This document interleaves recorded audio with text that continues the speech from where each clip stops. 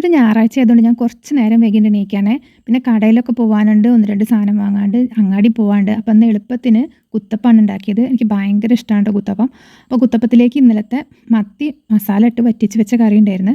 പക്ഷെ അത് ഉച്ചകലത്തേക്കും കൂടെ ഉണ്ടെങ്കിൽ എനിക്ക് പണി എളുപ്പമായിരുന്നു. പക്ഷെ അത് തികയില്ല. അപ്പോൾ അതുകൊണ്ട് ഞാനിന്ന് ഉച്ചകലത്തേക്കും കൂടെ കുറച്ചുകൂടെ കറി ആ ചട്ടിയിൽ തന്നെ ഉണ്ടാക്കി മീനൊക്കെ വറുത്ത് ചോറൊക്കെ റൈസ് കുക്കറിൽ സെറ്റാക്കിയിട്ട് പോയതാണ്.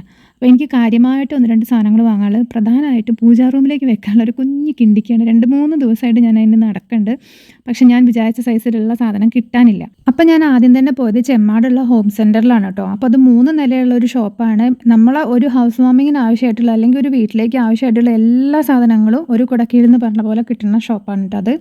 ഞാൻ വീഡിയോയിൽ ലാസ്റ്റ് കാണിക്കട്ടെ ഞാൻ എന്തൊക്കെയാണ് ഷോപ്പിൽ നിന്ന് വാങ്ങിയെന്നുള്ളത്. പിന്നെ എൻ്റെ അമ്മയ്ക്കൊരു ബ്ലൗസ് പീസ് വേണ്ടിയിരുന്നു. ചിക്കൻ കാരി, ഹക്കോബ ഏതെങ്കിലും ടൈപ്പുള്ള ഒന്ന് വാങ്ങണം എന്ന് അമ്മ പറഞ്ഞിട്ടുണ്ടായിരുന്നു. അപ്പോൾ അതിന് വേണ്ടി ഞാൻ ചെമ്മാടുള്ള സീനത്തിലാണ് പോയത്. അപ്പോൾ ഈ ബ്ലാക്കാണ് അമ്മ പറഞ്ഞിരുന്നത്. 2 ഞാൻ ഈ ആദ്യത്തെയാണ് എടുത്തത് കേട്ടോ. അത് കഴിഞ്ഞ് പിന്നെ 1, 2 സാധനങ്ങളൊക്കെ വാങ്ങിയിട്ട് ഒരു ജ്യൂസൊക്കെ കഴിച്ചിട്ട് ഞാൻ തിരിച്ച് വീട്ടിലേക്ക് പോരുകയാണ്. കുറേ കാലത്തിന് ശേഷമാണ് കേട്ടോ ഞാൻ ഒറ്റയ്ക്ക് ഇങ്ങനെ ബസ്സിലൊക്കെ യാത്ര ചെയ്യണത്. പറയുമ്പോൾ ഒരു 13 രൂപേൻ്റെ ഓട്ടോ ഉള്ളൂ ഞങ്ങളെ വീട്ടിൽ നിന്ന് ചെമ്മാട് എന്ന സ്ഥലത്തേക്ക്. പക്ഷേ ആദ്യമായിട്ടാണ് ഇങ്ങനെ മീൻസ് കുറേ കാലത്തിന് ശേഷമാണ് ഇങ്ങനെ പോണത്. നാട്ടിൽ കുറേ ആയി 2, 3 വർഷമായിട്ട് നാട്ടിൽ ഉണ്ടാവാറേന്നില്ലല്ലോ. അപ്പോൾ അങ്ങനെ കാഴ്ചകളൊക്കെ കണ്ട് അങ്ങനെ പോവുകയാണെങ്കിൽ നമ്മുടെ നാട്ടിൽ ചെമ്മാട് ഒരു ഹൈലൈറ്റ് മാൾ വന്നിട്ടുണ്ട്. ഇതുവരെ പോയിട്ടില്ല. ഏട്ടൻ വന്നിട്ട് വേണം നമുക്കൊന്ന് പോകാൻ വേണ്ടിയിട്ട്.